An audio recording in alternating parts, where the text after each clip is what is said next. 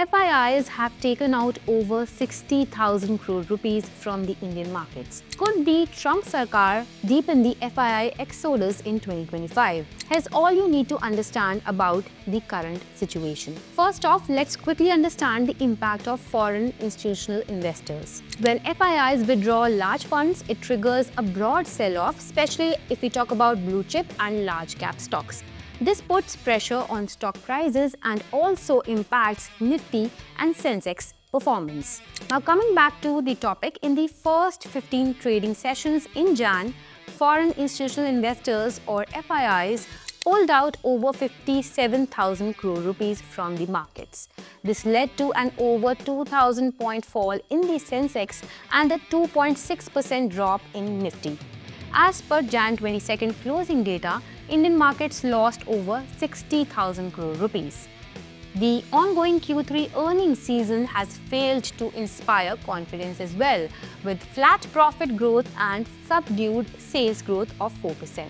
While TCS and Reliance Industries showed resilience, Zomato's results highlighted a consumption slowdown. Now, what is the role of Donald Trump's Sarkar here? Now that Donald Trump is back as the US president, there are a couple of scenarios that could happen.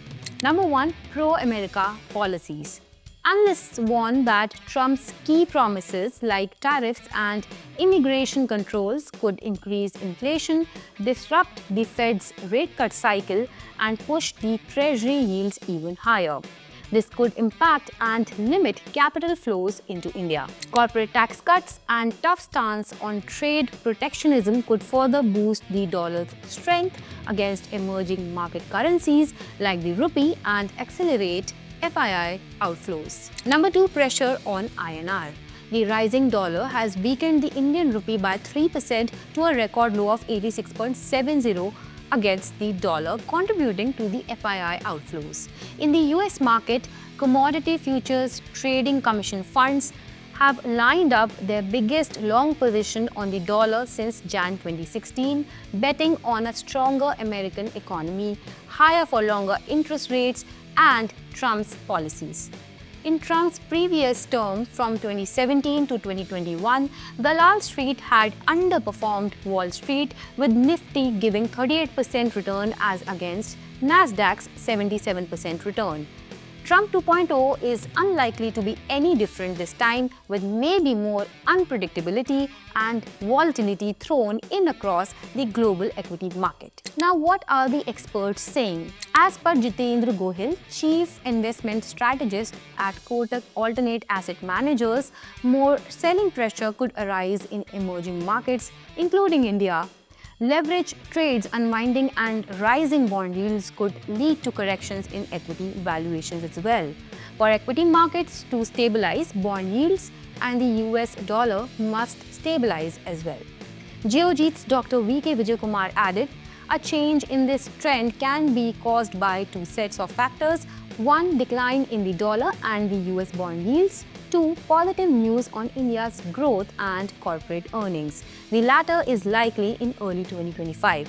Nirmal Bang Securities predicts that in 2025, emerging markets may face pressure on capital inflows, leading to continued currency depreciation.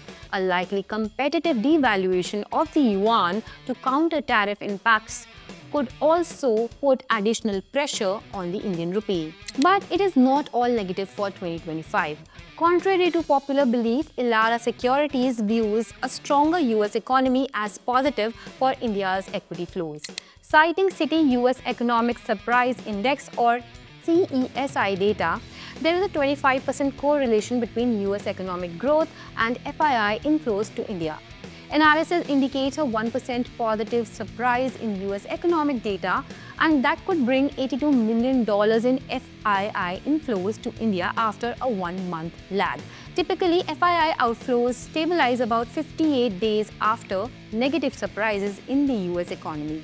With US economic data improving and the CESI cycle bottoming out, FII outflows are expected to stabilize by Jan or Feb 2025, with equity markets likely to recover as the rupee steadies at 88-89 levels against the US dollar. So what should investors do amid market sell-off? While most may feel that it's time to use the buy the dip strategy, a popular one during bull markets, it may not work during corrections as many overvalued stocks are now adjusting to more reasonable prices.